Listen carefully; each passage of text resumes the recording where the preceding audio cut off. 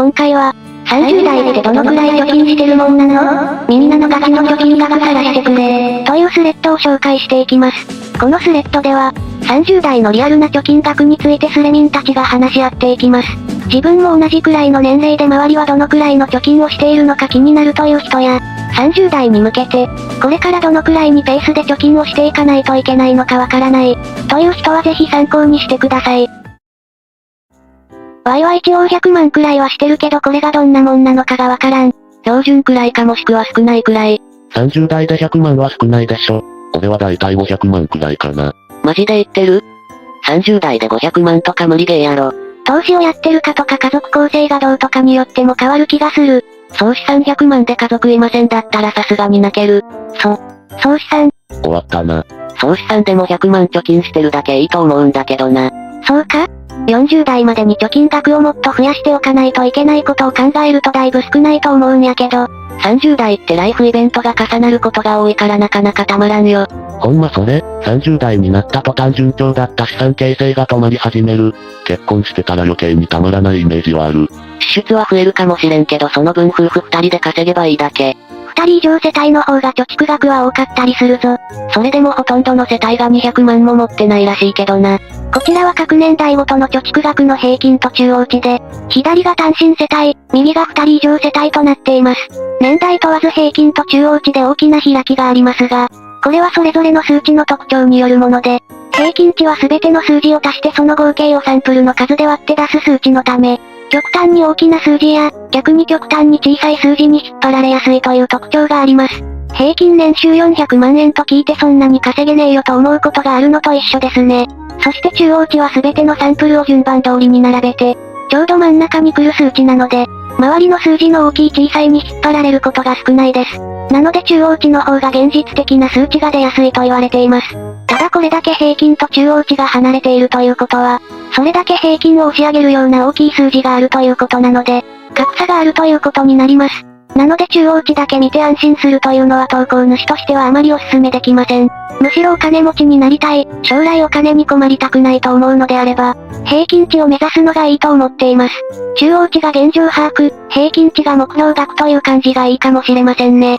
なんかのデータで見た感じだと一致がちょうど中央値くらいだよな。わいそんなもんなんか、じゃあ一旦は安心か？中央値で安心するのは違うだろ。日本人のほとんどが貯金がないって騒いでるんだからこのまま中央値で言ったら将来金に困るってことやん。言われてみれば確かにそうやな。だから本当に金に困りたくないって言うなら平均値を目指すべきだと俺は思うね。周りと比べてたってしょうがないやろ。周りと比べてどうかじゃなくて今の貯金額がいくらなのかで見ないとダメ。人によって必要な金額は違うんだから。それこそ結婚してるかどうかとかな。結婚だけだったらまだいいよ。子供なんてできたら金なんて減る一方よ。そんなん言うんだったら最初から子供なんて作らなきゃよかったやん。その辺承知で作ったんやろがい。それはそうなんだけどやっぱり出費を見るとしんどいよ。親の定めみたいなものだよな。頑張れとしか言えん。仮に子供ができたって単純に出費が倍になっていくわけではないんだからどうにでもなるやろ。それこそ30代とかだったら子供もまだ小学生とかだろうし、まだ本格的に金はかかり始めないでしょ。子供が小さい頃は奥さんも働いてくれてたから独身時代より金貯まったで。じゃあ一概に結婚してるから金が貯まらないってことではないのか。結局は本人たち次第ってことやな。30手前にして貯金が800万の俺は完全に高みの見物だな。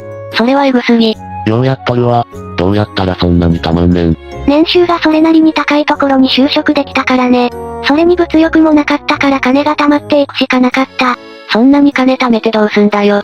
金って使わないとあっても意味ないんだぞ。わかってんのか？使わないのに大金貯め込んでんのは確かにもったいないとは思うな。いざ金が必要ってなった時に使える金が手元にあるってことなんだから別にええやろ。急いで今から使う必要はない。ある金は使わなきゃみたいに思ってる時点で金融リテラシーの低さが露呈してる。30代って人生で最後の散財のタイミングだと思ってる。これを超えると本格的に貯金をスタートしないと老後終わる気がする。30代の時点で散財してる時点で終わってる気がするのやが。40なるまでには500万くらいは貯めておきたいよな。その心は？ 30 代のうちに600万くらいあれば老後に困ることはないから。それはさすがにアホすぎ。600万程度で老後を乗り切れるわけがないやろ。そりゃその600万をそのまま貯金してたら老後資金の足しにもならんよ。当たり前だけど運用をする前提な。必死に人を馬鹿にしにかかった結果自ら墓穴を掘りに行ってんの最高にアホすぎる。40歳から600万を利回り 5% で運用すると、25年かからないくらいで2000万になるんよね。それで老後2000万問題は解決や。利回り 5% なんて出せるもんなん？ちゃんと銘柄さえ選べば全然出せる。俺はそんなことしなくても家持ってるから資産は十分でしょ。ローン組んでんの？そりゃ一般市民だったらキャッシュで家買うとか不可能でしょ。貯金は200万くらいにはなっちまったね。家ってお前が思ってるほど大した資産ではないぞ。あんな数千万するようなものが資産じゃないとかどんな富豪やねん。ちゃんと持ち家のリスクを勉強もせずに欲しいってだけで買ってしまったんだね。持ち家ならローン払い切っちゃえば自分のものになるんだから、賃貸で生活するより全然いいと思うんだけど、家って住み始めた瞬間から価値が下がっていくんだよね。ローンってどうせ35年とかだろ？だったら今の新築でもローンが終わる頃には築35年のボロ屋なんだよ。確かに新築だよって言っても売れるようになる頃には新築ではなくなるのか。考えてみれば当たり前だったわ。マジか、今度家買って貯金がなくなる予定なんだが。ご愁傷様。ここのスレにいる奴の言ってることって本当なんか？さすがに金ない奴多すぎない？それな、貯金がないとか数万しかないとかなったら不安で病気になるわ。運用してる分とかはあるのかもよ。貯金ない奴が運用はしてないと思うな。投資って貯金があることが前提だし。貯金額でマウント取り合ってる時点でお察しでしょ。30代にもなったら貯金額なんて100万くらい残しておいて、あとは投資に全突破だわ。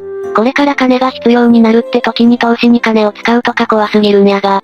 金が必要になるからこそ投資をやるんだろ。上で利回り 5% で2000万とか言ってたけど、オルカンとか S&P500 とかだったら 10% とか出せるからな。もし 10% で運用できたら定年には6000万だぞ。えぐいな。そんなに将来のことなんて考えたってしょうがないだろ。未来のことなんてわかんないんだから今を楽しめよ。どうせ金がなくたって日本だったら生きていける。さすがに楽観的すぎるわ。NISA なんてものが作られた時点で国は国民を守る気なんてなくなってんだよ。建前、皆さんの資産状況改善のために投資をお得にできる制度を用意しました。本音、お前らここまでやってやったんだから投資やれよ。これでもやらないって言うならどうなっても知らんぞ。これは本当にそうだと思ってる。資産形成が推奨されたことで自己責任が大きくなった。未だに若いうちは使っておけって言ってる奴は逆に将来どうするつもりなんだ？そんなこと考えてねえよ。だから今を存分に楽しもうとしてんでしょ。今が楽しければいいから。納得。このスレ見て貯金ないけど周りもそんなもんでしょって余裕ぶっこいてたのが冷や汗に変わった。30代で貯金がないはさすがに笑えんぞ。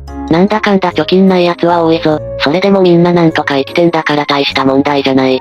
もはや現実逃避してんじゃないかと思い始めたわ。こちらは30代の単身世帯と2人以上世帯の金融資産額の保有額割合になります。見ていただくと、金融資産が100万円未満の世帯が、単身世帯、2人以上世帯ともに一番多くなっています。20代のうちに好きなように使ったり、まだ給料が安いことが原因だと思われます。このデータだけで見ると30代のうちに、500万円は持っていないと上位層には入れないという結果なので、100万円未満が一番多いとはいえ、上位層に食い込むにはそれなりの努力と時間が必要そうですね。なのでよっぽど若いうちにやっておきたいことがない限りは、無理のない範囲で資産形成を始めていくことが良さそうですね。何度も言うけど貯金額は周りがどうじゃなくて自分がどうかだからな。自分にとって余裕がないのであれば足りないし、余裕があるのであればそれで十分ってことだ。めちゃくちゃ当たり前のことなんだよな。その当たり前のことが分かってない奴が多すぎるから改めて言ってるんだよな。まあ今からでもちゃんと資産形成すれば老後には間に合うから、危機感持ったなら早いとこ始めることを勧める。栄養食で32歳のタイミングで資産1000万いったわ。ほんまにいささまさま。1000万ま？ほんまにようやっとる。その金俺にくれ。絶対嫌だ。これくらいの資産額になってくるとだいぶ将来の不安がなくなってくるよね。不安どころかファイヤーすらできるだろそれ。今のところする気はないけどできるだろうね。こんなの一部の上級民族でしょ。1000万なんて普通の人間が貯められるわけがない。ちゃんと投資やってれば誰でもできるよ。むしろ投資やらなきゃ1000万なんて無理だよな。羨ましすぎる。さすがに40まで2000万は今の状況だと無理だな。700万くらいが限界や。それでも十分でしょ。100万ない奴だってたくさんいるんだから。100万も貯金がないとか言ってるくらいならまだええやろ。こちとら貯金どころか借金だわ。それははよ返せや。返せたら返しとるわ。借金だって時間がかかればかかるほど取り返しがつかなくなるし、資産形成だって限界が出てくる。なら早いうちからお金に関しては手を打っておくのがいい。金があれば資産形成に限らずいろんなことに融通が利くようになるからな。若いうちから金があって損することはない。資産形成頑張りすぎて34歳なのに2000万とか貯まってしまったわ。これだけ貯まるとお金の不安はないんだけど、使い切れるかどうかの不安が出てきてる。使い切れるか不安ってそんなこと一度でもいいから言ってみたいわ。去年の相場が良かったからそこで一気に伸びたよね。去年が良かったのは運が良かっただけだわ。今年は大暴落来るからその資産も一気になくなるぞ。別に去年だけで2000万貯まったわけではないんですけど。2000万貯めてるやつに運が良かっただけは草。相当高額な資産を持ってることが悔しかったんだな。自分もやればいいだけなのにな。今時やっぱり投資は必須なのか。正直減ることが怖いってのと、昔から両親に投資とギャンブルはするなって言われ続けたから嫌悪感が拭えないんだよな。親世代がそういう考えで生きてきたからな。その子供もそう刷り込まれててもしょうがないよな。投資イコールギャンブルとか未だに言ってるやつ大量にいるもんな。やっぱりそうなん。そんなことはない。むしろ思ってる以上に今の投資は安全にできるようにできてる。なんなら投資を続ければ続けるほど資産が減るリスクが少なくなっていくんだよな。こちらは投資期間に応じた年率リターンの散らばりを表したグラフになります。1年の運用の場合元本に対してプラス 60% になることもあれば、最悪マイナス 48% になってしまうこともあるという感じですね。これを元に見ていくと、年数が経つにつれてどんどん散らばりが安定してきているのがわかると思います。最終的にはなんとマイナスになることがなくなっています。このように実は長期投資であれば安全性はかなり高いと言えるんです。ちなみにこのグラフの銘柄は皆さん大好き S&P500 です。ではなぜ投資は危険というイメージや、実際に失敗している人がいるのかというと、短期投資を前提にしているからです。投資に詳しくない人の投資といったら個別株をイメージしませんか？損切り民も数ヶ月続けて1回マイナスしただけでやめてはいませんか？要はそういうことです。今時投資はやるなとかギャンブルと一緒に考えてる奴は投資のことわかってなさすぎ。日本人特有の知らないものはとりあえず排除。日本人だけじゃないんだろうけど本当にもったいないよな。投資だけならまだいいけど、独立だってまだ嫌悪感を持ってる人が多い。なんか SNS で回ってきたことあるわ。娘さんがフリーランスになりたいって話を両親にしたら、ちゃんとした会社で定年までとかちょっとショックとか色々言ってたやつ。なんかそれ俺も見たことある気がする。自分の子供がやりたいって言ってることに対してしっかり行動をした結果なのに、それを自分の無知と価値観だけで全否定してんのマジ親として終わってんなって思った。子供が心配なのはわかるけどね。それでも自分の知らないことはやらせない。自分が歩んできた道とは違う道を歩こうとしたら止めるってのは本当に子供のことを考えてない気がするよね。それは世代間の問題だから何を言ってもしょうがない。それこそ投資なんてしなくても一つの会社で働いてれば十分な金は手に入ったし、それが正義って時代なんだから。だから自分自身で今はそうじゃないんだよってのを教えながら説得するしかない。投資とか独立に嫌悪感があるのはまだわかるけど、Y なんて転職することにすら反対されたぞ。それマジ？いやだから一生一つの会社で定年まで働くってのが当たり前だったんだから、転職にも理解が追いついてないんだよ。親なんてどうせ俺らより先に死ぬんだから自分のやりたいようにやればええんよ。なんなら事後報告でもいいくらい。じゃあとりあえずで始めてもいいくらいには投資は安全ってこと？最低限の準備は必要だけど一旦始めてみようで始めてもいいと思うよ。最低限の準備ってなんや？貯金を作るとか運用方法の勉強とか、なんだか面倒くさそうやな。このちょっとした手間が将来の自分を変えるんだからそれくらい我慢しろ。年齢とか家族構成によっても変わるけど、どんなに多くても貯金は500万あれば大丈夫だと思ってる。いやマジで大変そうなんやが。みんな頑張ろうぜ。金がないと結婚どころか彼女もできんぞ。別に結婚したいとか彼女欲しいとか思ってないんだけど。黙れんきゃ。きつ。金あって困ることはないんだからやる以外選択肢はないでしょ。ほんまそれ？貯金ってそんなに必要か？どうせ株売れば現金にはできるんだから毎月の支払い分くらいあればいいんじゃない？その時の相場が良ければな。よく一度投資に回したら基本的には売ったりするなという話を聞きませんか？それは知っていても実際になんでそんなことをしてはいけないのか。知らない人は多いのではないでしょうか？話題に上がっていた通り仮に預金口座にお金を入れていなかったとしても、購入済みの株を売却すればまた現金に戻すことができます。ここでじゃあなんで必要な時に売って現金にするのじゃダメなのかとなるわけですが、理由は大きく3つあり、1つ目は手数料の問題です。株取引は手数料が発生します。なので取引の回数はできる限り少なくした方が運用効率が良くなるんです。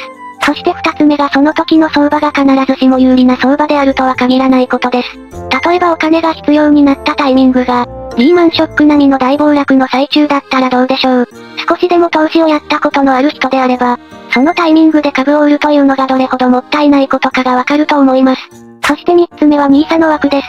これは NISA 口座での取引に限りますが、NISA は年間で投資ができる金額の上限が決まっています。そしてその上限は仮に売却をしたとしても次の年までは復活しません。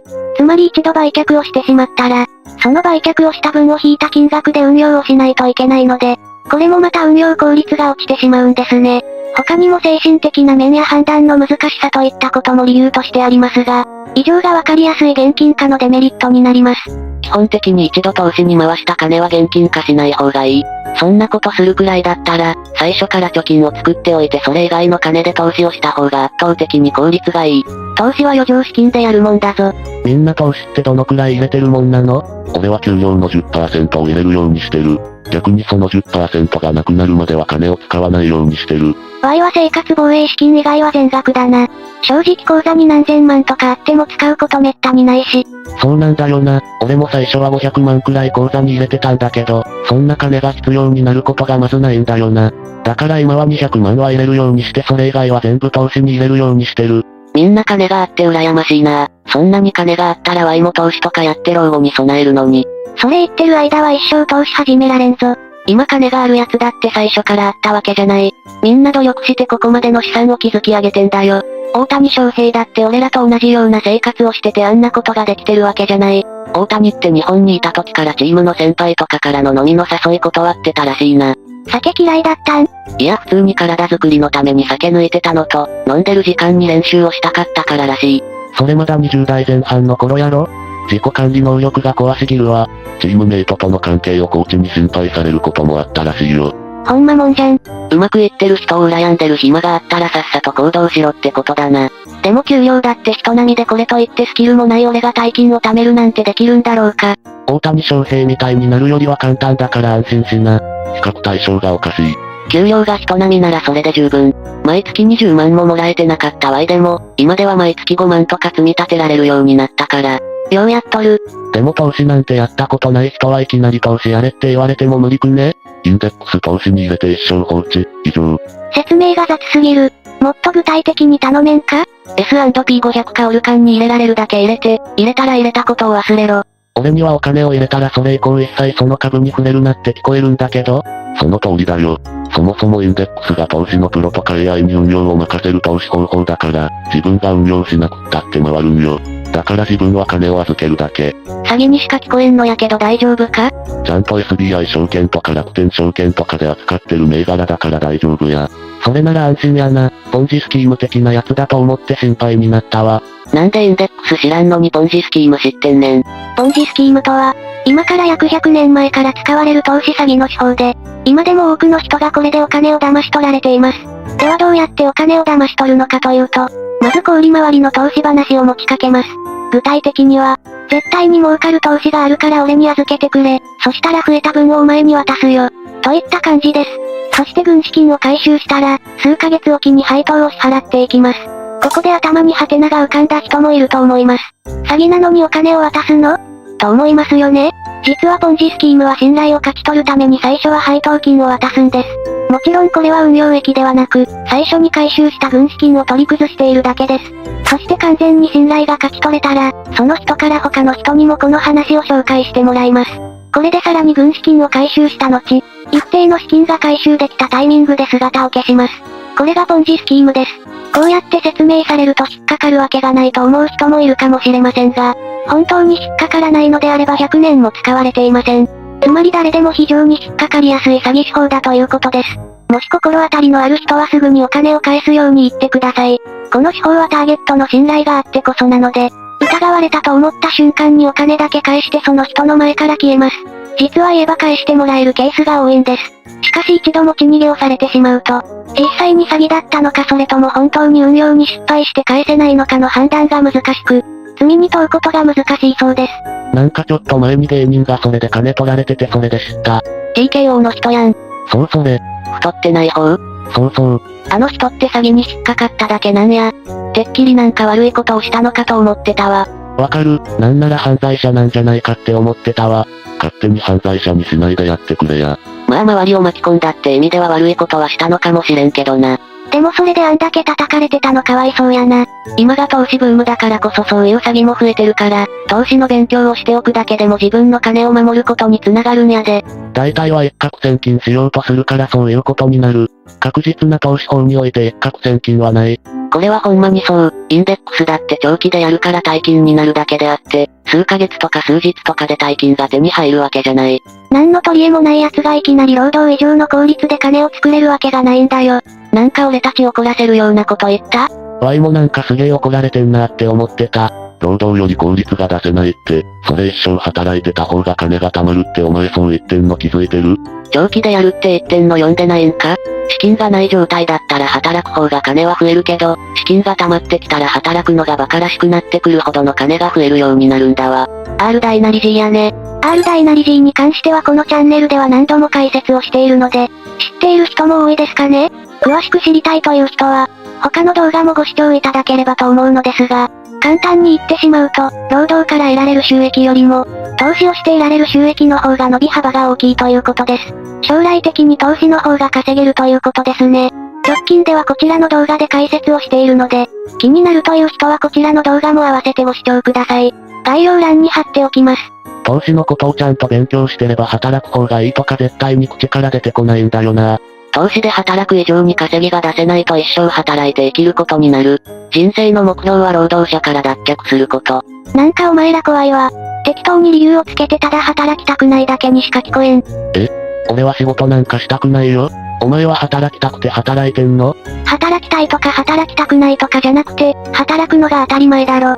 働きたくないだけに聞こえるって話し始めたのどこのドイツだよ。働くのが当たり前って思ってるのがかわいそうでならない。今時自分の生きたいように生きれる手段がいくらでもあるんだからその先入観はやばい。そういうのは一生働かせておけばいい。どの道労働者がいないと投資家だって生きていけないんだから。情弱は俺らの養分やで。無知って怖いな。ちゃんと知識を身につけておかないとカモにされるだけだぞ。貯金しかしてこなかったワイはまずは投資を始めるところからってことだな。そういうことや。俺は30代のうち2000万いけるように頑張るわ。目指さないでくれ。それ以上増やされたら資産が100万しかないワイがしょうもなく見えるじゃないか。しょうもな。やめろ。いかがだったでしょうか？ 30 代の貯金額の実態と、実際に貯めておくべき金額にはそれなりの差があるということでしたが、皆さんは30代の時にはどのくらいの資産を持っていましたか？またどのくらいの資産を30代のうちに作っておきたいと考えていますか？ぜひコメントで教えてください。このチャンネルではいいと思ったスレッドをまとめた動画を公開していきます。今回の動画が良いと感じたら、高評価とチャンネル登録お願いします。ではここまでのご視聴ありがとうございました。また次回の動画でお会いしましょう。